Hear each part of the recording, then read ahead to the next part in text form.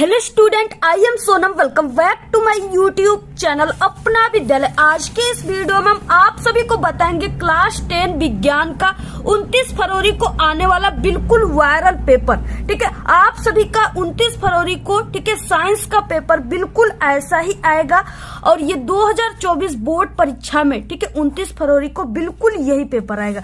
क्योंकि ये जो पेपर हम आपको साइंस का बताएंगे ठीक है, ये जो पेपर है ये बिल्कुल वायरल पेपर हम आप सभी लोगों के लिए लेकर आ गए और इसमें से पूरे के पूरे क्वेश्चन आप सभी के 29 फरवरी के ठीक है पेपर में आएगा। अगर आप सभी लोग इस पूरे पेपर को तैयार कर लेते हो तो ये मेरी 100% गारंटी कि आपका 70 में 70 नंबर बिल्कुल पक्का है। यहाँ पे हम आपको पूरे के पूरे उत्तर के साथ बहुत ही अच्छे तरीके से समझा कर बताएंगे कैसे आप सभी को साइंस के पेपर में लिखना है। ठीक है, किस तरीके से आप सभी को सभी क्वेश्चन को सॉल्व करना है जिससे आपको पूरे के पूरे 70 नंबर मिले।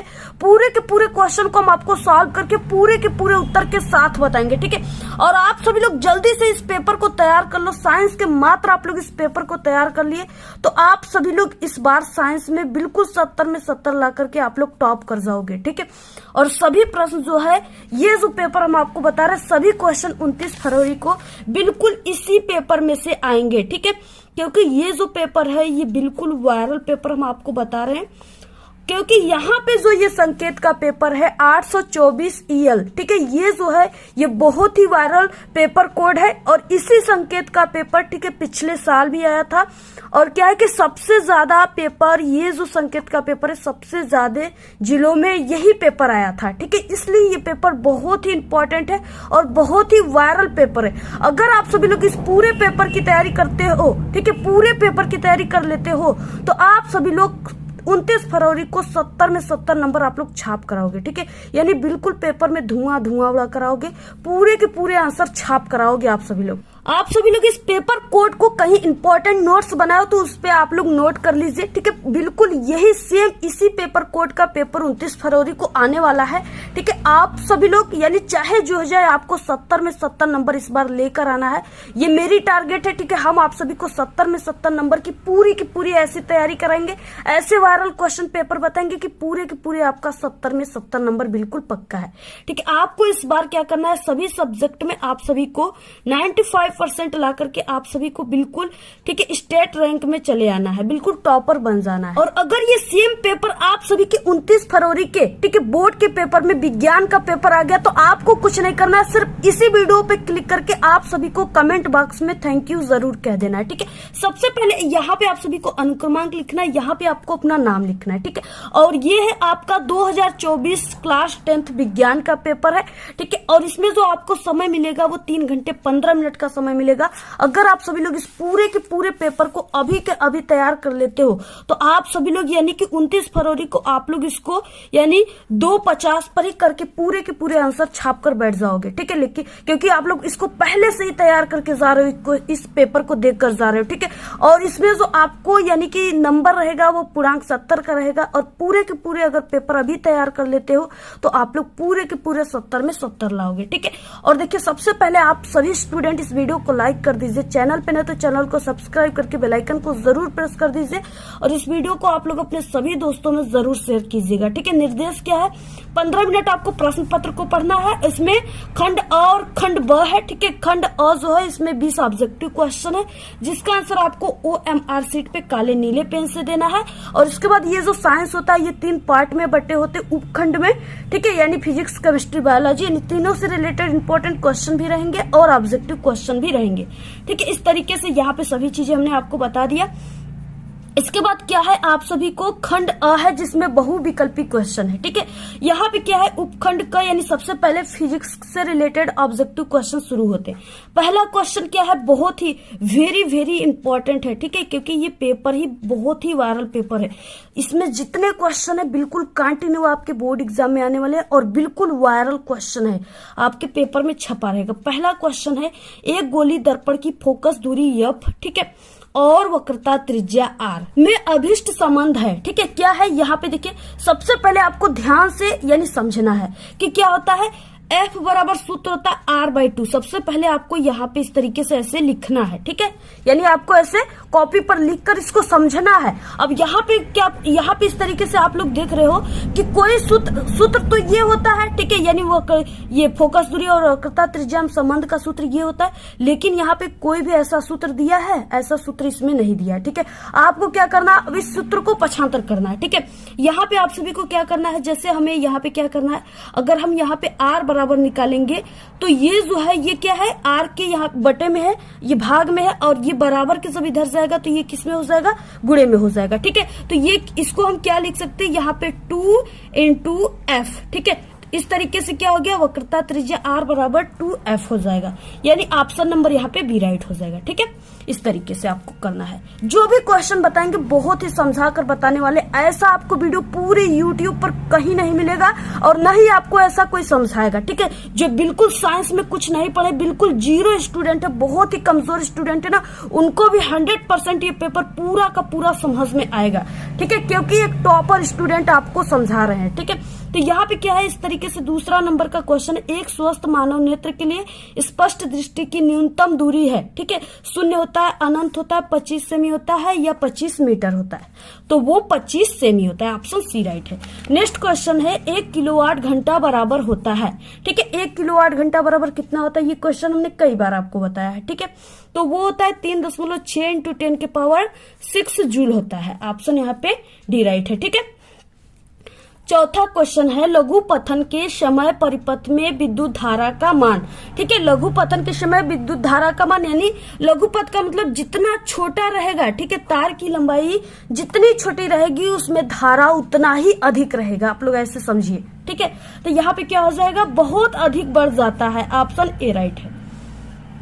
नेक्स्ट क्वेश्चन है 5वां, किसी अवतल दर्पण के द्वारा आभासी सीधा तथा आवर्धित प्रतिबिंब, आवर्धित का मतलब बहुत बड़ा, ठीक है, प्रतिबिंब बनता है तो वस्तु की स्थिति होगी, यानी किस स्थिति में जो प्रतिबिंब बनता है, आभासी बनता है, इस तरीके से आभासी, ठीक है, सीधा आवर्धित बनता है, किस स्थिति में बनता है, ठीक है, तो वो है ध्रुव और फोकस के, यहाँ पे ऑप्शन नंबर ए ध्रुव वो फोकस के बीच, ठीक है, रखी जाती है तब बनता है। नेक्स्ट है 6वां क्वेश्चन, एक अवतल दर्पण की वक्रता त्रिज्या 12 सेमी है, इसकी फोकस दूरी होगी, ठीक है। यहाँ पे देखिए आपको ये सूत्र से लगाना है, F बराबर R/2, ठीक है। इस तरीके से वक्रता त्रिज्या कितना दिया है, यहाँ पे 12 सेमी। अब यहाँ पे क्या है, यहाँ पे जो है अवतल दर्पण है, इसमें फोकस दूरी को माइनस में, यानी जो भी फोकस दूरी का मान आएगा वो माइनस में आएगा, ठीक है।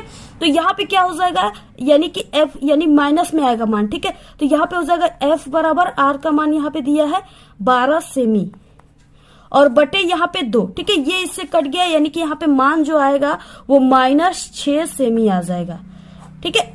यहाँ पे क्योंकि ये अवतल दर्पण है, इसकी फोकस दूरी माइनस में होती है, तो यहाँ पे ऑप्शन नंबर डी राइट है। आपको देखिए इसमें मिस्टेक नहीं करना है कि प्लस मार्कर चले आए, ठीक है, आपको ये समझना है कि माइनस में होता है, और अगर उत्तल दर्पण कहता है तब यहाँ पे प्लस में होता है। नेक्स्ट क्वेश्चन 7वां, मानव नेत्र में रेटिना पर बनने वाला प्रतिबिंब होता है, यानी जब हम किसी को, यानी किसी वस्तु को देखते हैं या किसी भी, ठीक है, किसी को भी देखते हैं तो क्या होता है कि वो जो वस्तु है उसका प्रतिबिंब हमारे आंख पर उल्टा बनता है, ठीक है, लेकिन हमारी जो मस्तिष्क है उसको सीधा हमें दिखाई देते हुए प्रतीत करती है, यानी हमें सीधा वो दिखाता है। यानी जो भी हम चीजें देख रहे हैं, आप लोग हमारे वीडियो को देख रहे हैं, आप लोग यानी आपकी आंखों में हमारे वीडियो की प्रतिबिंब उल्टा बन रही है, ठीक है, लेकिन आपकी मस्तिष्क जो है इसको सीधा आप सभी को, यानी कि उसका अनुभव कर रही है, सीधा आप सभी को बना रही है, ठीक है, दिखा रही है। तो यहाँ पे क्या हो जाएगा, उल्टा होता है परंतु दिखाई सीधा देता है, ऑप्शन यहाँ पे बी राइट है। इसके बाद आ गया उपखंड ख। उपखंड ख का 8वां क्वेश्चन है, प्रोपेन का रासायनिक सूत्र है, इसको हमने कई बार समझा कर बताया हुआ है, ठीक है। अगर आप लोग नहीं देखे हो तो हमारे चैनल पे जो इंपॉर्टेंट क्लास 10th के क्वेश्चन है, प्लेलिस्ट बना हुआ है साइंस का, उसमें आप लोग देख सकते। इसके बाद आ गया नेक्स्ट उपखंड ख आ गया, ठीक है। इसमें 8वां क्वेश्चन क्या है, प्रोपेन का रासायनिक सूत्र है, इसको हमने कई बार बता चुका है, ठीक है। प्रोपेन का जो रासायनिक सूत्र होता है वो C3H8 होता है, ऑप्शन यहाँ पे बी राइट है। नेक्स्ट शुद्ध जल का पीएच मान है, ठीक है, 0 होता है, 1 होता है, 7 होता है या 14 होता है। देखिए शुद्ध जल जो होता है वो उदासीन होता है, ठीक है, उदासीन का जो पीएच मान होता है वो 7 होता है। ये question very very very very most important है, ठीक है, इसको रट लीजिए आप लोग, बिल्कुल ये जरूर आएगा आपके पेपर में। नेक्स्ट क्वेश्चन देखिए क्या है, नेक्स्ट है देखिए लेड नाइट्रेट का रासायनिक सूत्र है। लेड नाइट्रेट का रासायनिक सूत्र क्या होता है, यहाँ पे होता है Pb, ठीक है, NO3 का होल स्क्वायर। यहाँ पे ऑप्शन नंबर बी राइट है। मृदु साबुन बनाने के लिए आवश्यक पदार्थ है, ठीक है, धावन सोडा है, खाने का सोडा है, या कास्टिक सोडा है, या कास्टिक पोटास है, ठीक है। इसका सूत्र KOH होता है। तो ये जो है ये यानी मृदु साबुन होता है जिससे लोग, ठीक है, बात करते हैं, जिससे लोग नहाते हैं, सभी लोग नहाते हो ना, वो कास्टिक पोटास उसमें होता है, KOH से बनता है, ठीक है। नेक्स्ट है यहाँ पे क्वेश्चन, और इसमें कार्बोक्सिलिक अम्ल भी मिलाए जाते हैं। नेक्स्ट क्वेश्चन है अधातु है, इसमें से अधातु क्या है, देखिए इसमें से सभी धातु है, ये भी धातु है, पोटेशियम, ठीक है, एल्युमिनियम, सोडियम, ये सभी धातु है, लेकिन ये यफ जो है ये क्या है, ये हाइड्रोजन वर्ग का तत्व है, ठीक है, इसलिए ये क्या है, अधातु है। ऑप्शन बी राइट है। अम्लीय वर्षा के जल का संभावित पीएच मान है, ठीक है, देखिए जितना यानी 5.6 से जो मान कम रहेगा वो अम्लीय वर्षा का पीएच मान होता है। तो यहाँ पे कौन कम है, ये कम है, ठीक है, यहाँ पे क्या हो जाएगा 5.2। इसके बाद देखिए नेक्स्ट क्वेश्चन 14, कुस्की प्रक्रमों में ऊर्जा का मुद्रा यानी किसको ऊर्जा का सिक्का कहते हैं, एटीपी को ऊर्जा का सिक्का कहते हैं। ऑप्शन बी राइट है। नेक्स्ट 15 क्वेश्चन, पादपों में यानी पौधों में जाइलम का कार्य होता है, ठीक है, पौधों में जो जाइलम का कार्य क्या होता है, देखिए पौधे जाइलम जो होता है वो पौधे के जो रूट होते हैं, जड़, उससे लेकर के पूरे पत्तियों तक यानी ऊपर तक होता है, ठीक है, और ये इस तरीके से एक ऐसे धागे नुमा होता है जिसमें छिद्र होता है पाइप की तरह, और उसमें क्या होता है कि ये जो पौधे होते हैं, पेड़ पौधे, वो पृथ्वी से जल को लेते हैं और अपने पूरे पत्तों तक भेजते हैं, ठीक है, और पत्तों को देते हैं जिससे वो भोजन बनाता है। तो ये क्या होता है, जो जाइलम होता है वो पौधों में जल का संवहन करता है, ठीक है। ऑप्शन नंबर यहाँ पे बी राइट है। अगर हम आपसे पूछे कि जो यानी कि जो होते पोषक तत्व होता है, ठीक है, यानी भोजन का जो संवहन करता है पौधे में, वो कौन करता है, तो आप लोग इसका आंसर कमेंट में बताइएगा। ये क्वेश्चन हम आप सभी को कई बार बता चुके हैं। नेक्स्ट है 16 क्वेश्चन, इंसुलिन नामक हार्मोन स्रावित होता है, ठीक है, यहाँ पे अमाशय से होता है, यकृत से, और वृक्कों से, या अग्नाशय से, ठीक है, तो ये ऑप्शन नंबर डी अग्नाशय से स्रावित होता है। 17 क्वेश्चन है, निम्नलिखित में से कौन सा जीन प्रारूप शुद्ध गोल बीजों को प्रकट करता है, बहुत ही इंपॉर्टेंट क्वेश्चन है, ठीक है, तो यहाँ पे capital RR, option number D right है। नेक्स्ट फिर से वही क्वेश्चन देखिए दूसरे तरीके से आ गया कि पादप में जाइलम उत्तरदायी होता है, ठीक है, किसके लिए होता है, जल के यानी वहन के हेतु, यानी यहाँ पे आपको कंफ्यूजन नहीं होना चाहिए, यहाँ पे आप सभी को इस तरीके से लिख लेना है, ठीक है। नेक्स्ट क्वेश्चन 19, प्रकाश संश्लेषण अभिक्रिया में जो मुक्त O2 का स्रोत होता है, ठीक है, तो ये जल के द्वारा ही मुक्त होता है। ऑप्शन नंबर बी राइट है। नेक्स्ट है 20 क्वेश्चन, निम्न में से मानव के मादा जनन तंत्र का भाग नहीं है, ठीक है, देखिए अंडाशय मादा में पाया जाता है, गर्भाशय भी, ठीक है, और डिंब वाहिनी भी, लेकिन ये शुक्रवाहिनी जो है ये नर में पाए जाते हैं, ठीक है, ये मादा में नहीं पाए जाते। ऑप्शन यहाँ पे सी राइट है। यहाँ से शुरू होता है खंड ब, जिसमें वर्णनात्मक प्रश्न है, और सबसे पहले उपखंड क यहाँ पे शुरू होता है, ठीक है। क्वेश्चन पहला क्या है यहाँ पे कि एक लेंस की क्षमता प्लस 2 डायोप्टर है, इसकी फोकस दूरी ज्ञात कीजिए, ठीक है, और यह लेंस अभिसारी है या अपसारी है, ये भी आप सभी को बताना है। तो आप सभी को यहाँ पे लेंस की क्षमता का सूत्र याद होना चाहिए, ठीक है, क्या होता है, एफ बराबर क्या होता है, अगर सेमी में आप लोग लिखोगे तो 100/P होता है, ठीक है, और P क्या है, इसका पावर यानी इसकी क्षमता है, ठीक है, और एफ इसकी फोकस दूरी। अगर मीटर में लिखोगे तो 1/P लिखोगे, ठीक है, तो यहाँ पे हम सेमी में ही आंसर लाएंगे। तो यहाँ पे क्या हो जाएगा, एफ बराबर 100/P का मान कितना दिया है, इसका मात्रक डायोप्टर होता है, तो P का मान 2 दिया है और प्लस में 2 दिया है, तो यहाँ पे हो गया 2, ठीक है। अब ये इससे कट गया 50 बार में, एफ बराबर कितना आ गया, यहाँ पे 50 आ गया, ठीक है, 50 सेमी, इस तरीके से यहाँ पे, और यहाँ पे ये मान जो है प्लस में आया हुआ है, प्लस 50 आया हुआ है, तो ये जो लेंस है ये कौन सा लेंस है, अभिसारी लेंस है, इसका मतलब क्या हो गया, ये उत्तल लेंस है, ठीक है, उत्तल लेंस को अभिसारी लेंस कहते हैं, आप लोग इसको नोट कर लीजिए। नेक्स्ट देखिए क्वेश्चन नंबर यहाँ पे ख कि एक कांच के प्रिज्म के द्वारा श्वेत प्रकाश के विक्षेपण को समझाइए। ये हमने कई बार समझाया हुआ है, जितना भी हमने वायरल पेपर बनाया है सभी में ये लगभग क्वेश्चन है, बहुत ही इंपॉर्टेंट क्वेश्चन है। यहाँ पे भी हम आपको बता ही देते हैं उद्देश्य क्या है, कांच के प्रिज्म के द्वारा श्वेत प्रकाश का विक्षेपण करना, ठीक है। आवश्यक सामग्री में आपको गत्ते की सीट एवं प्रिज्म आदि क्रियाविधि हो जाएगा, गत्ते की एक मोटी सीट लेकर, ठीक है, इसके मध्य में एक छोटा छिद्र या एक पतली झिर्री बनाई तथा पतली झिर्री पर सूर्य का प्रकाश पड़ने दीजिए, ठीक है। इससे क्या होता है, इसके द्वारा श्वेत प्रकाश का एक पतला किरण पुंज प्राप्त होता है। अब प्रिज्म लेकर चित्र में दिखाई गई स्थिति के अनुसार झिल्ली से प्रकाश को इसके एक फलक पर डालिए। इस तरीके से देखिए आपको प्रिज्म बनाना है ऐसे। इसके बाद यहाँ पे हम श्वेत प्रकाश की किरणें डालते हैं, ठीक है, जिससे ये इस तरीके से आ रहा है और ये यहाँ पे ये जो है जो प्रिज्म है इसमें प्रवेश कर रहा है, ठीक है। अब इससे ये क्या है, ये जो माध्यम है, ठीक है, ये यानी विरल माध्यम है और ये सघन माध्यम है। तो जब ये विरल माध्यम से सघन माध्यम में जा रही है तो ये अविलंब है, इसके इधर क्या हो रही है, इससे दूर हट जा रही है, तो इस तरीके से दूर हट जा रही है। इसके बाद फिर से अब ये क्या हो रहा है, ये सघन से विरल में जा रहा है तो अविलंब की ओर झुक जा रहा है, ठीक है।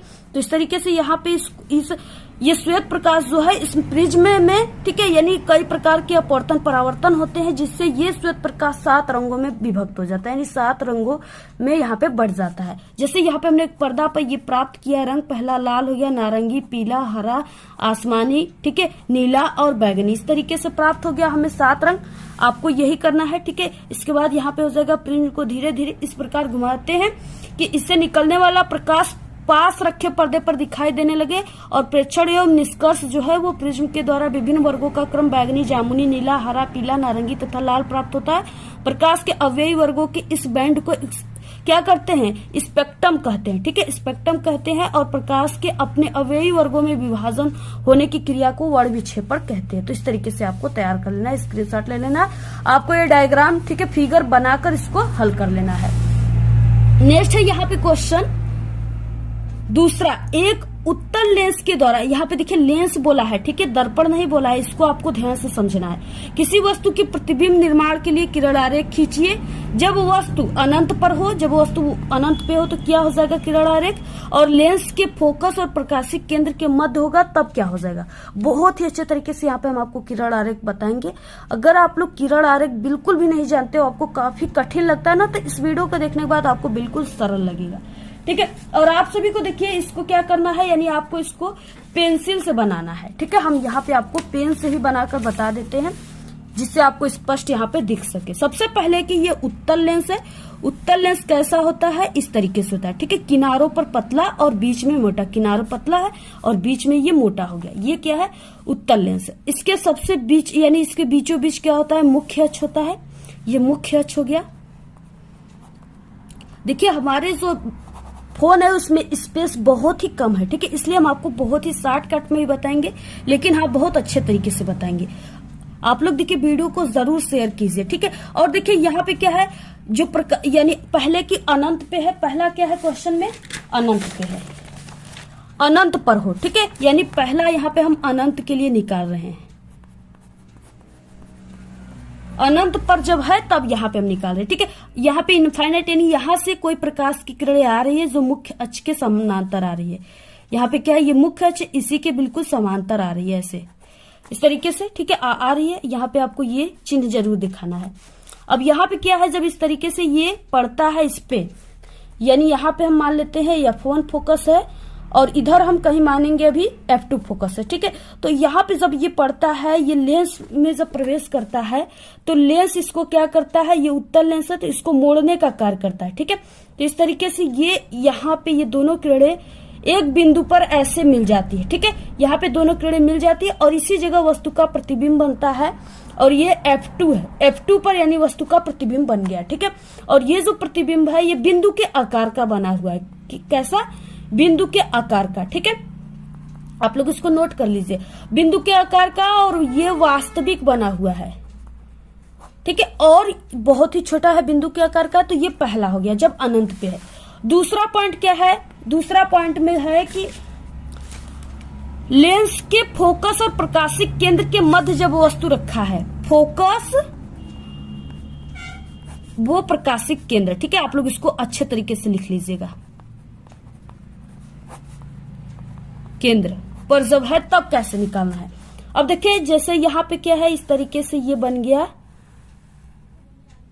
उत्तल लेंस, ठीक है, और इसके बीचों बीच ये क्या है, मुख्य अक्ष है, ठीक है, इसके बीचों बीच मुख्य अक्ष है। अब वस्तु कहाँ पे रखा गया है, फोकस तथा प्रकाशिक केंद्र के मध्य रखा गया है, ठीक है। अब यहाँ पे हम मान लेते हैं F1 फोकस है, ठीक है, और यहाँ पे हम मान लेते हैं F2 फोकस है। ठीक है। और यहाँ इधर हम कहीं मानेंगे अभी, यानी 2F1 फोकस, और यहाँ पे इधर हम मान लेंगे 2F2 फोकस, ठीक है। तो इस तरीके से हो गया। अब यहाँ पे क्या है, पहले हम वस्तु को कहाँ पे रखेंगे, वस्तु को हम यहाँ पे रखेंगे, यानी ये फोकस और यहाँ पे ध्रुव हो गया, ठीक है। इस तरीके से यहाँ पे प्रकाशिक केंद्र हो गया, इस तरीके से प्रकाशिक केंद्र को ओ से दिखाते। अब इनके दोनों के बीच में हमें क्या रखना है, वस्तु को रखना है। यहाँ पे हमने किसी वस्तु को रख दिया ऐसे, ठीक है। अब यहाँ से एक जो है किरण आरेख हम ऐसे मुख्य अक्ष के समानांतर, यानी वस्तु के ऊपरी सिरे पर ऐसे हम डालेंगे, ठीक है। इस तरीके से जब हम ये डालते हैं किरण, तो ये क्या करता है, ये द्वितीय फोकस, यानी ये जो फोकस है इससे होकर ये अपने मार्ग में ऐसे चला आता है। एक किरण आरेख को हम कहाँ से डालते हैं, वस्तु के ऊपरी सिरे से प्रकाशिक केंद्र से डालते हैं, ठीक है। अब ये क्या होता है, ये अपने मार्ग में ऐसे चला आता है, और कहीं पर भी ये दोनों किरणें आपस में नहीं मिलती है। कहीं पर आप लोग ऐसे जितना आगे ले जाओगे कहीं पर भी ये आपस में नहीं मिलेंगी, ठीक है। अब ये जब आपस में नहीं मिलेंगी तो हम क्या करेंगे, इस दोनों किरणों को हम पीछे की ओर बढ़ाएंगे ऐसे, ठीक है। इसको ऐसे हम पीछे की ओर बढ़ा दिए और इसको हम ऐसे पीछे की ओर बढ़ा दिए। जहां पर भी ये वस्तु, जहां पर ये दोनों किरणें मिलती हैं उसी जगह वस्तु का प्रतिबिंब बनेगा, ठीक है। तो यहाँ पे क्या बन गया, वस्तु का प्रतिबिंब बन गया। अब ये प्रतिबिंब जो है ये आभासी बना हुआ है, ठीक है। और ये आभासी बना है, वस्तु से बड़ा बना हुआ है, बहुत बड़ा बना हुआ है, इतना बड़ा, ठीक है। और ये यानी इस तरीके से वस्तु की ओर ही बना हुआ है। तो इस तरीके से आपको पूरा यानी 2F1 पे बना हुआ है, ठीक है। तो इस तरीके से क्या है, और यहाँ पे जैसे AB हो गया और यहाँ पे A', B' बना हुआ है प्रतिबिंब। ये पूरा आप सभी को जो चीजें हम बताएं उसको आप लोग लिख लीजिए, ठीक है। उसी तरीके से आपको इन दोनों को बना करके आपको थोड़ा बहुत लिख भी देना है। तो इस तरीके से आप लोग इसका स्क्रीनशॉट ले लीजिए। आई होप कि आपको बहुत ही अच्छे तरीके से समझ में आ गया होगा ये किरण आरेख, ठीक है। तो इस तरीके से वस्तु का प्रतिबिंब बनता है। इसके बाद नेक्स्ट क्वेश्चन है अथवा, ठीक है। इससे पहले हम आपको क्लास 10th के हिंदी के, ठीक है, सभी वायरल पेपर लगभग बता चुके, यानी हम आपको क्लास 10th के सभी सब्जेक्ट के आपको 10 सेट पेपर कराएंगे। अगर आप लोग इस 10 सेट को पेपर को हल कर लिए तो समझिए आपको 100% टॉपर बनना ही बनना है, क्योंकि इतने वायरल क्वेश्चन हम आपको बताएंगे जो पूरे के पूरे आप सभी के पेपर में छपे रहेंगे, ठीक है। तो आपको 10 सेट पेपर पूरा 10 सेट करना है, और हिंदी का लगभग हम आपको बता दें कि 8 से, ठीक है, 7 से 8 सेट हम बता चुके, और उसकी प्लेलिस्ट भी हमने कल क्रिएट कर दिया है। आप सभी लोग कमेंट किए तो आप लोग, ठीक है, उसको देख लीजिएगा। इसके बाद देखिए नेक्स्ट, अथवा की 5 सेमी लंबाई की एक वस्तु को 20 सेमी फोकस दूरी के एक उत्तल लेंस, सबसे पहले की उत्तल लेंस है यानी फोकस दूरी प्लस में रहेगी, ठीक है, केंद्र से 30 सेमी दूरी पर, यानी यहाँ पे U की मान दिया हुआ है। U का मान हमेशा किस में रखा जाता है, यहाँ पे, ठीक है, यानी माइनस में दूरी रखा जाता है। तो प्रतिबिंब की स्थिति और आकार आपको ज्ञात करना है। वस्तु की यहाँ पे दिया हुआ है लंबाई, ठीक है, प्रतिबिंब की लंबाई आपको ज्ञात करना है। ये अथवा है, यानी आप लोग किरण आरेख बनाइए, या आप लोग सवाल अच्छे तरीके से आता है तो आप लोग सवाल को हल कीजिए। और जितने कमजोर स्टूडेंट हैं, ठीक है, अगर आप सभी को हम बता दें, अगर आपका किसी भी सब्जेक्ट की अभी तक तैयारी नहीं हो पाई तो हमारे चैनल पे सभी विषय में पास होने की बहुत ही अच्छी ट्रिक है, ठीक है। 100% बिल्कुल आपके पेपर में काम करता है एग्जाम में।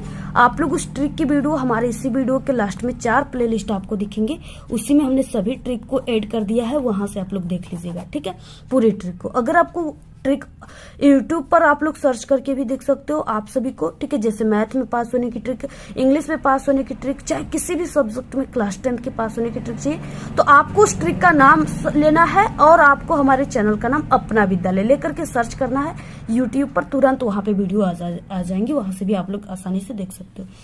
तो यहाँ पे क्या है, सबसे पहले मान जो है उसको हम लिख लेते हैं, ठीक है। यहाँ पे क्या है, यानी O का मान दिया हुआ है 5 सेमी, और जो कि प्लस में रहेगा, ठीक है। और इसके बाद क्या है 20 सेमी, और यहाँ पे उत्तल लेंस है, F बराबर यहाँ पे प्लस 20 सेमी, ठीक है।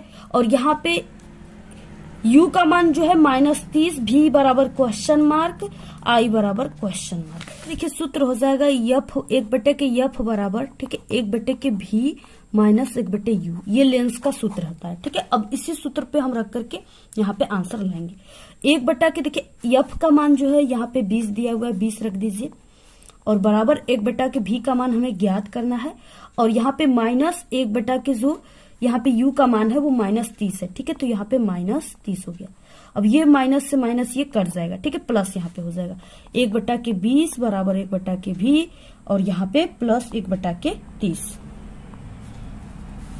इतना हो गया, ठीक है। अब यहाँ पे क्या है, हमें 1/v का मान निकालना है, ठीक है। तो यहाँ से क्या हो जाएगा, यानी आप सभी लोग इसको ऐसे लिख सकते हो, यानी आप सभी लोग इसको 1/30 है प्लस में आप लोग इसको बराबर के इधर ला सकते हो, तो ये माइनस में हो जाएगा, ठीक है। अब यहाँ पे या आप लोग 1/v बराबर इसको इधर कर दोगे बराबर के इधर, तो ये क्या हो जाएगा, माइनस में हो जाएगा। तो इस तरीके से, ठीक है, आप सभी लोग इसको इधर करोगे तो ये माइनस में हो जाएगा और इसको बराबर के इधर करोगे तो ये माइनस में हो जाएगा। तो यहाँ पे जैसे हम लिख देते 1/20 और ये 1/+30 इधर आ गया बराबर के इधर, तो ये -1/30 हो गया, ठीक है, बराबर 1/v ऐसे हो गया। अब यहाँ पे देखिए क्या हो गया, इसका हम 60 ले लेते हैं एलसीएम, ठीक है। अब यहाँ पे 20 तिहाई क्या होता है, 60 होता है और यहाँ पे माइनस और 3 दुना के यानी 30 दुना के यहाँ पे होता है 60, ठीक है। तो यहाँ पे क्या हो गया, 2 हो गया, ठीक है। अब यहाँ पे क्या हो गया, यानी बराबर 1/v। अब 1/v बराबर क्या हो जाएगा, यहाँ पे ये 3 है, ठीक है, -2 इसमें से यहाँ पे 2 चला गया, -2 1 बचा, तो 1/60 आ गया यहाँ पे, ठीक है। और यहाँ पे हम v बराबर लिख सकते हैं इसको 60 सेमी, इतना आ गया, ठीक है। अब यहाँ पे देखिए ये v का मान आ गया। अभी हमें आवर्धन निकालना है। यम बराबर सूत्र होता है, यहाँ पे क्या सूत्र होता है, I/O बराबर यहाँ पे v/u होता है, ठीक है। अब यहाँ पे क्या है, I का मान हमें नहीं दिया है, ज्ञात करना है। O का मान यहाँ पे 5 दिया हुआ है, 5 यहाँ पे दिया हुआ है, ठीक है, 5। तो यहाँ पे 5 हो गया और बराबर v का मान जो अभी हमने निकाला है 60 और बटे u का मान हम 30 रखेंगे इसमें -30, तो ये -30 हो गया, ठीक है। अब इससे ये कट गया, यानी कि यहाँ पे कितना आ गया, यहाँ पे -2 बचा है, ठीक है। I/5 बराबर -2।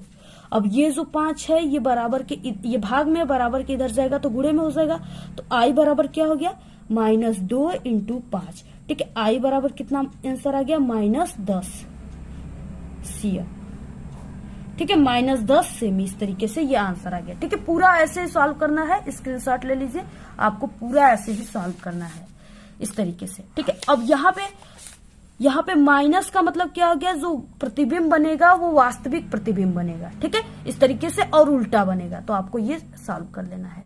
नेक्स्ट तीसरा क्वेश्चन, एक चालक तार का प्रतिरोध 10 ओम है। यदि इस तार की लंबाई को दोगुना, ठीक है, दोगुना तथा अनुप्रस्थ काट के क्षेत्रफल को आधा यानी a/2, ठीक है, आधा कर दिया जाए तो तार का प्रतिरोध क्या होगा। इस तरीके से क्वेश्चन है, 4 नंबर का क्वेश्चन है, ठीक है।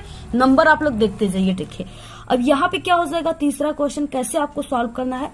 यहाँ पे सूत्र हो जाएगा R बराबर, ठीक है, ρ L/A, ये सूत्र होता है, ठीक है। जब दोगुना यानी यहाँ पे प्रतिरोध पूछेगा तो ये सूत्र आपको, और अनुप्रस्थ काट का क्षेत्रफल पूछेगा तो ये सूत्र आपको लगाना है। अब यहाँ पे क्या है, यहाँ पे यानी एक चालक का प्रतिरोध पहले, यानी चालक का प्रतिरोध पहले 10 ओम दे दिया है, ठीक है, पहला प्रतिरोध दे दिया है, तो आपको ये R के जगह पे क्या रखना है, यहाँ पे 10 रखना है, ठीक है। 10 बराबर यहाँ पे ρ L/A, ये हो गया जैसे इक्वेशन फर्स्ट, यानी पहला हम ओम के लिए मान लिए, ठीक है, प्रतिरोध के लिए। अब इसके बाद देखिए नेक्स्ट के लिए हम क्या मानेंगे, यहाँ पे R बराबर क्या हो जाएगा, रो, ठीक है, और यल क्या है, यल को कितना किया जा रहा है, लंबाई को दोगुना किया जा रहा है, ठीक है, यानी 2 × L, 2L हो गया, ठीक है। और यहाँ पे और क्षेत्रफल को क्या किया जा रहा है, जब लंबाई को दोगुना तो क्षेत्रफल को आधा किया जा रहा है, यानी a/2, ठीक है, इस तरीके से हो गया। अब यहाँ पे क्या है, इसको हम जब सॉल्व करेंगे तो यहाँ पे क्या हो गया, ये रो जो है ये अपनी जगह पर है और यहाँ पे ये 2L हो गया, ठीक है, 2L हो गया, और ये क्या है, A है, और ये जो इसके a/2 है ये ऊपर चला जाएगा, ठीक है, यहाँ पे आ जाएगा, तो ये हो गया यहाँ पे, यानी इस तरीके से ये यहाँ पे 2 हो गया, तो ये 2 ये क्या हो गया, 4 हो गए, ठीक है, इस तरीके से ये 4 हो गए। अब यहाँ पे यानी इस तरीके से ये 4 हो, अब यहाँ से क्या हो गया, यानी R बराबर ये रो, ठीक है, और ये 4 हो गए, 4L/A, यानी R बराबर ये रो, ठीक है, और ये 4 हो गए, 4L/A। अब यहाँ पे देखिए ये रो L/A, ये रो L बटे के A बराबर हम क्या लिखेंगे, यहाँ पे 10 लिखेंगे। ठीक है, तो यहाँ पे क्या हो गया, यानी कि इस तरीके से R बराबर, ठीक है, इसके बराबर हम क्या रख दिए 10 और इंटू यहाँ पे 4 है तो 4 हो गया। ठीक है, अब यहाँ पे 4 यानी 10 का 4 में करेंगे तो ये 40 हो जाएगा। R बराबर यहाँ पे 40 ओम आंसर आ गया। ठीक है, ये पूरा आंसर है, आप लोग ऐसे ही इसको सॉल्व कीजिएगा, स्क्रीनशॉट ले लीजिए आप लोग। नेक्स्ट क्वेश्चन चौथा, विद्युत शक्ति से क्या तात्पर्य है और इसका सूत्र। ठीक है, आपको सूत्र लिखना है, मात्रक लिखना है, और इस तरीके से यहाँ पे दिए हुए 3 पॉइंट जिसमें इस तरीके से दिया है कि विभवांतर V तथा धारा I में विद्युत शक्ति से क्या संबंध है, यानी पूरे में आपको संबंध भी लिखना है, सूत्र भी लिखना है। ठीक है, सबसे पहले कि किसी विद्युत परिपथ में ऊर्जा व्यय की दर को विद्युत शक्ति कहते हैं। ठीक है, सबसे पहले आपको ये लिखना है और उसके बाद देखिए इसका आपको सूत्र लिखना है। ठीक है, यहाँ पे P बराबर होता है W बटे के T, यानी ऊर्जा व्यय, ये W क्या है, ऊर्जा व्यय है, और यानी काम किया जाएगा, कार्य करने की दर को ऊर्जा की व्यय कहते हैं, यानी कार्य किया जाएगा तो ऊर्जा व्यय होगी। ठीक है, तो ये W हो गया, ये ऊर्जा व्यय है बटे के समय, यानी कुछ न कुछ समय अंतराल में ऊर्जा के व्यय हो रहा है, तो यहाँ पे इस तरीके से समय हो गया। अब इसका मात्रक वाट भी होता है और ये W का मात्रक जूल होता है। ठीक है, बटे सेकेंड, यानी इस तरीके से आप सभी को इसका वाट और जूल 2 इसके मात्रक होते हैं, इसको तैयार कर लेना है। इसके बाद देखिए यहाँ पे विभवांतर V तथा धारा I, इसमें क्या संबंध है। ठीक, तो यहाँ पे क्या हो जाएगा, यानी P बराबर V इंटू I। ठीक है, पहला ये हो गया पहला, और दूसरा क्या हो गया, दूसरा है यहाँ पे धारा और प्रतिरोध। ठीक है, धारा और प्रतिरोध, तो यहाँ पे हो जाएगा P बराबर I का स्क्वायर इंटू R। ठीक है, इंटू R, इस तरीके से। तीसरा क्या हो जाएगा, तीसरा है यहाँ पे विभवांतर V तथा प्रतिरोध R के पदों में आपको लिखना है, तो यहाँ पे हो जाएगा P बराबर V का स्क्वायर बटे R।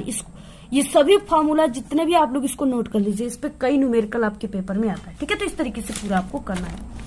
ये कितने नंबर का था, ठीक है, तो ये जो है ये 6 नंबर का था, पूरा 6 नंबर का था, और अथवा में है, दोनों में से आपको किसी एक को करना है। ठीक है, और ये जो है अथवा जो है ये वेरी वेरी मोस्ट इंपॉर्टेंट है। चुंबकीय बल रेखाओं से क्या तात्पर्य है और इनके गुण लिखना है, 6 नंबर में ये आएगा। ठीक है, इसको हमने कई बार बताया हुआ, आप लोग हमारे चैनल पे प्लेलिस्ट बनाए क्लास 10 साइंस इंपॉर्टेंट क्वेश्चन। ठीक है, प्लेलिस्ट आप सभी लोग प्लेलिस्ट में जाकर के इस क्वेश्चन को जरूर सॉल्व कर लीजिएगा, देख लीजिएगा, समझ जाइएगा, याद कर लीजिएगा। ठीक है, बहुत इंपॉर्टेंट है। इसके बाद नेक्स्ट है क्वेश्चन उपखंड ख। क्या है क्वेश्चन, 5वां है, उदाहरण देते हुए खनिज तथा अयस्क में आपको, यानी खनिज और अयस्क को आपको स्पष्ट करना है, 2 नंबर का है। ठीक है, खनिज किसे कहते हैं और अयस्क किसे कहते हैं।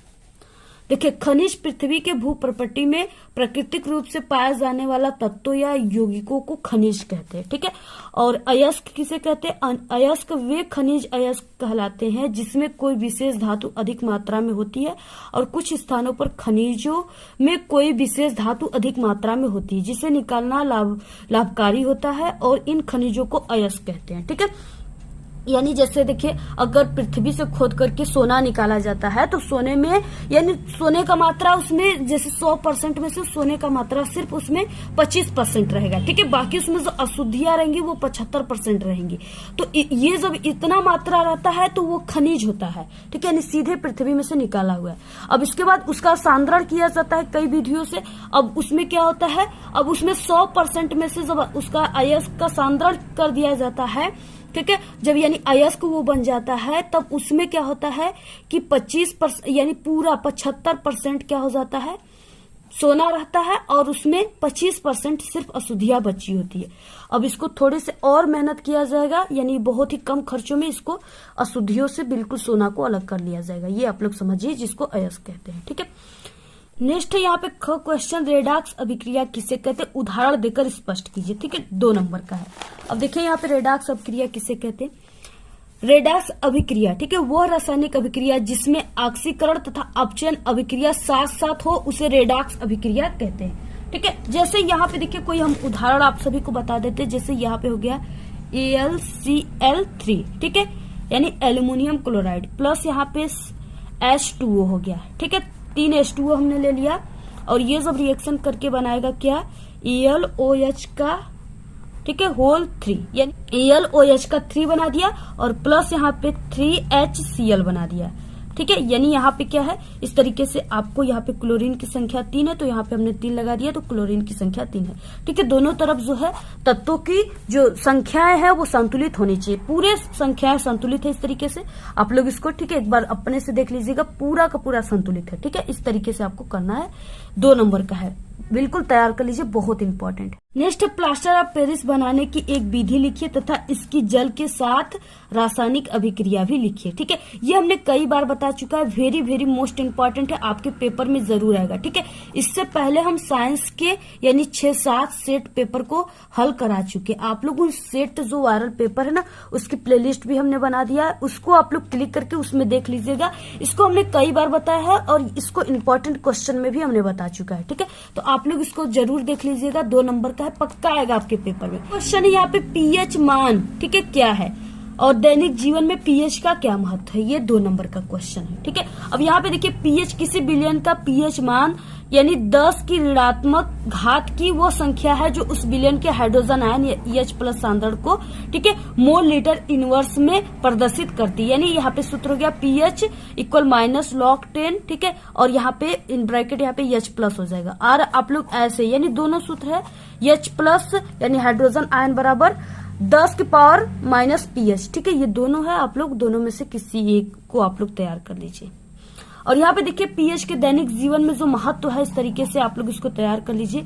मनुष्य के रक्त यानी आंसू तथा लार का पीएच परिसर 7 से, ठीक है, 7.8 होता है। यदि पीएच का मान 7 से कम होता है या 7.8 से अधिक होता है तो जीवित प्राणियों का जीवन मुश्किल हो जाता है, ठीक है।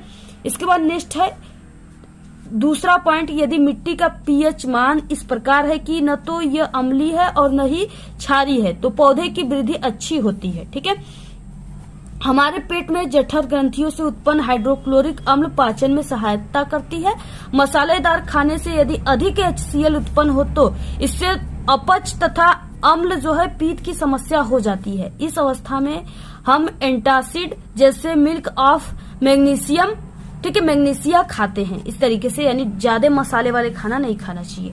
नेक्स्ट है यहाँ पे, हमारे मुंह में चीनी के निम्नीकरण तथा बचे भोजन के कणों से अम्ल उत्पन्न होता है। लार इसे आंशिक रूप से उदासीन कर देती है। यद्यपि यदि मीठे के कारण अधिक अम्ल उत्पन्न होता है तो इससे दांत का क्षरण होने लगता है, ठीक है, जिससे दांतों में जो है कीड़े उत्पन्न हो जाते हैं जो दांतों को चाल देते हैं।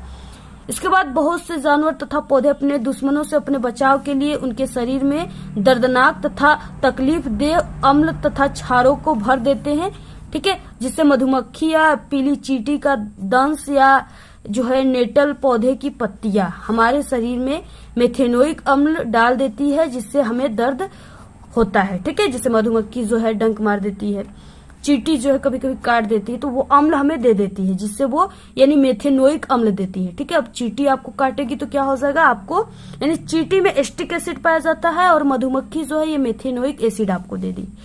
इसके बाद कापर के बर्तनों पर कापर ऑक्साइड की परत छारी बनने से धूमिल सतह को चमकाने के लिए नींबू को रगड़ा जाता है। इस तरीके से आपको क्या करना है, पूरा ऐसे लिखना है। स्क्रीनशॉट ले लीजिए आप लोग पूरे का और ऐसे ही आप सभी को लिखना है।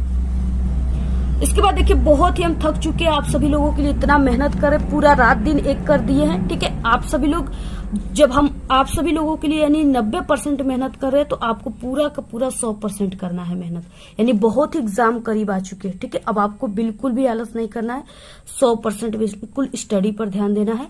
और अगर आप लोग पूरे के पूरे सिर्फ वायरल पेपर को तैयार कर लेते हो तो आपको प्रीवियस ईयर्स पेपर को हल करने की कोई जरूरत नहीं, ठीक है।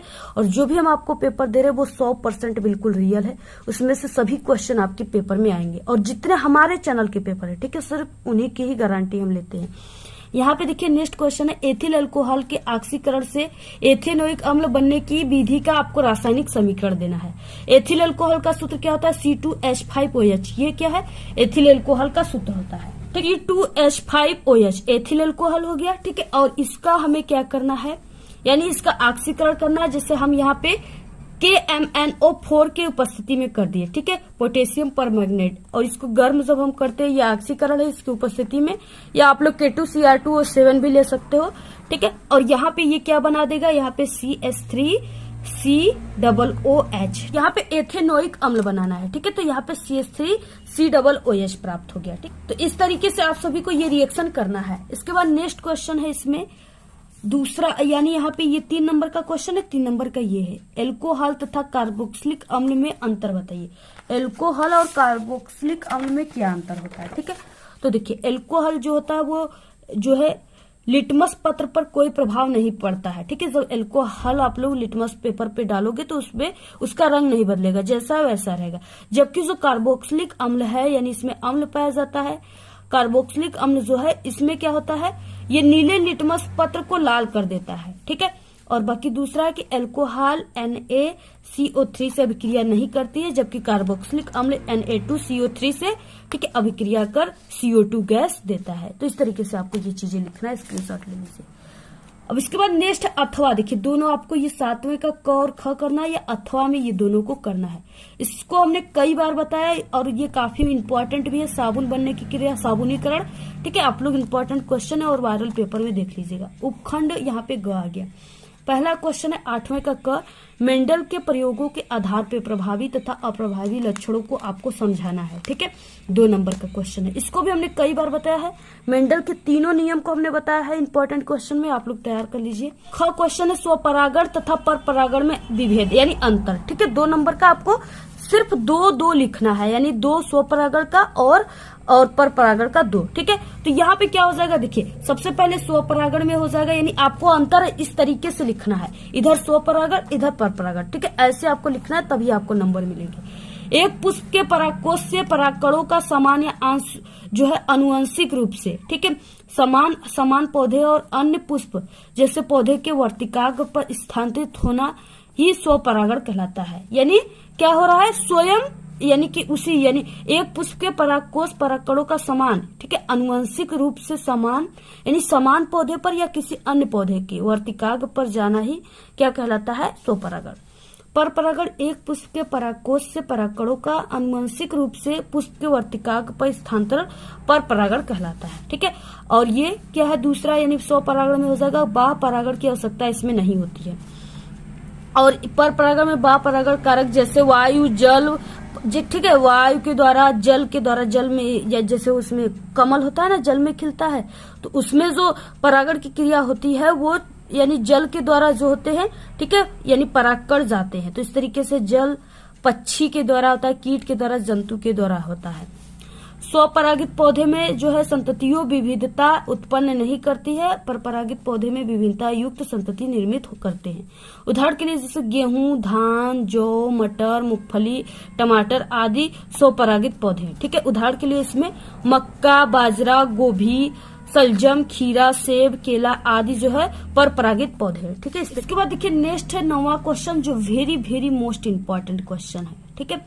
ये कितने नंबर का है, 4 नंबर का है।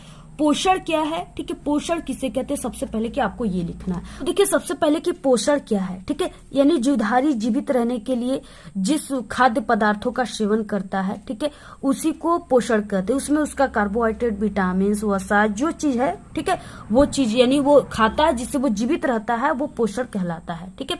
स्वपोषी पोषण किसे कहते हैं, स्वपोषी पोषण यानी जो अपना भोजन स्वयं बनाता है, ठीक है, जैसे पेड़ पौधे हो गए, ये सब स्वपोषी पोषण है, ठीक है। तो उसी को स्वपोषी पोषण कहते हैं, जो अपना भोजन स्वयं बनाता है। बाकी ये कितने प्रकार के होते हैं, तो स्वपोषी पोषण जो है ये 2 प्रकार के होते हैं, ठीक है। तो आप सभी लोग ये दोनों को आप लोग तैयार कर लीजिए, यानी इसको हमने बता चुका है कई बार, आप लोग देख लीजिएगा वीडियो।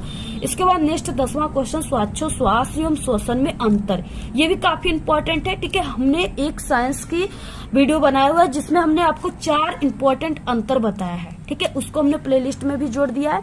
अगर आपको प्लेलिस्ट में नहीं मिलेगा तो आप लोग यूट्यूब पर सर्च कर लीजिएगा, अपना विद्यालय ठीक है, क्लास 10 साइंस इंपॉर्टेंट अंतर, तो वहां पे हमारी वीडियोज आ जाएंगी जिसमें हमने इसको बहुत ही अच्छे तरीके से बताया, वहां से देख लीजिएगा। नेक्स्ट 11 क्वेश्चन, ऑक्सीन क्या है? प्रकाश अनुवर्तन में ऑक्सीन के कार्यों का वर्णन कीजिए। ठीक है, 4 नंबर का, आप लोग इसको तैयार कर लीजिएगा प्लेलिस्ट से। नेक्स्ट है ख क्वेश्चन, लिंग गुणसूत्र किसे कहते हैं? मानव में लिंग निर्धारण की प्रक्रिया को समझे। 6 नंबर का क्वेश्चन है। ठीक है, अथवा में है यहाँ पे नर जनन तंत्र का आप सभी को, यानी मानव नर जनन तंत्र का, ठीक है, आपको सचित्र वर्णन करना है, यानी चित्र आप सभी को बना करके इसका वर्णन करना है। अगर आप लोग कमेंट करोगे तो हम आपको सभी इंपॉर्टेंट चित्र को काफी अच्छे तरीके से बना करके उसके बारे में, ठीक है, लिख करके समझा देंगे। आप लोग कमेंट करके बताइएगा। बाकी लिंग गुणसूत्र किसे कहते हैं, यानी दोनों अथवा है, दोनों में से आप लोग लिखना चाहते हो तो लिखिए। ठीक है, अगर आप लोग लिखना नहीं चाहते हो तो आप लोग यहाँ पे चित्र बना सकते हो। ये सबसे पहले कि लिंग गुणसूत्र किसे कहते हैं। ठीक है, मनुष्य में 46 गुणसूत्र पाए जाते हैं, जिनमें से 22 जोड़े नर और मादा में समान होते हैं। ठीक है, और इन गुणसूत्रों को कायिक गुणसूत्र या ऑटोसोम कहते हैं। स्त्री में 23वां जोड़ा जो है वो सब युग्मी यानी XX गुणसूत्र वाला होता है, तथा पुरुषों में 23वां जोड़ा जो है विषम युग्मी XY गुणसूत्र वाला होता है, जिन्हें लिंग गुणसूत्र या, ठीक है, हेट्रोसोम्स या एलोसोम्स भी कहते हैं या ऑटोसोम भी कहते हैं। इन्हें XY से प्रदर्शित करते हैं। ठीक है, इसके बाद देखिए मानव में लिंग निर्धारण की प्रक्रिया क्या है। मानव में लैंगिक जनन होता है। ठीक है, लैंगिक जनन में नर के जननांगों में अर्धसूत्री विभाजन से शुक्राणु बनते हैं। प्रत्येक शुक्राणु को ऑटोसोम का एक गुणसूत्र और हेट्रोसोम के XY कोई एक गुणसूत्र प्राप्त होता है। इसके विपरीत स्त्रियों के 23वें, ठीक है, 23वें गुणसूत्र भी समान होते हैं, अर्थात प्रत्येक अंडाणु को 22+X, ठीक है, गुणसूत्र ही प्राप्त होता है। जब नर का 22+X गुणसूत्र वाला शुक्राणु मादा के 22+X गुणसूत्र वाले अंडाणु को निषेचित करता है तो मादा शिशु लड़की बनती है, यानी तब लड़की का जन्म होता है। ठीक है, और जब नर का 22+Y गुणसूत्र वाला शुक्राणु मादा के 22+X गुणसूत्र वाले अंडाणु को निषेचित करता है तब जाकर के शिशु लड़का बनता है, यानी लड़के का जन्म होता है। ठीक है, जैसे यहाँ पे देखिए, यहाँ पे क्या ले लिए हम, यहाँ पे नर और यहाँ पे ये हो गया मादा। ठीक है, यहाँ पे नर और मादा हो गया। अब यहाँ पे क्या हो गया, इस तरीके से नर का जो है वो XY होता है और मादा का XX होता है। इसको हम ऐसे यहाँ पे लिख देते हैं X और Y। ठीक है, इसका ऐसे लिख देते हैं XX। ठीक है, अब यहाँ पे क्या हो गया, इस तरीके से आपको ऐसे लिखना है, ये हो गए XX, ये दोनों मिलकर के XX हो गए, बाकी ये यहाँ पे XY हो गया। ठीक है, फिर से यहाँ पे हो गया इस तरीके से XX और फिर से यहाँ पे हो गया ये X और Y। ठीक है, इस तरीके से ये XX जो है ये लड़की, अगर जैसे XX हो गया तो ये लड़की का जन्म हो गया। ठीक है, XY हो गया तो ये लड़के का जन्म हो गया। तो इस तरीके से ये लड़की का, ये लड़के का। ठीक है, ये आप सभी को क्रॉस भी कर लेना है। इस तरीके से आप लोग क्लास 10th साइंस के, ठीक है, इस पूरे के पूरे पेपर को आप लोग तैयार कर लीजिए। पूरे के पूरे क्वेश्चन इसी पेपर से आएंगे। तो आज के इस वीडियो में सिर्फ इतना ही। आपको ये वीडियो कैसा लगा? अगर वीडियो पसंद आए तो एक बड़ा सा लाइक कर दे। चैनल पे नए तो सब्सक्राइब करके बेल आइकन को जरूर प्रेस कर दे। Thanks, all the very best, bye bye.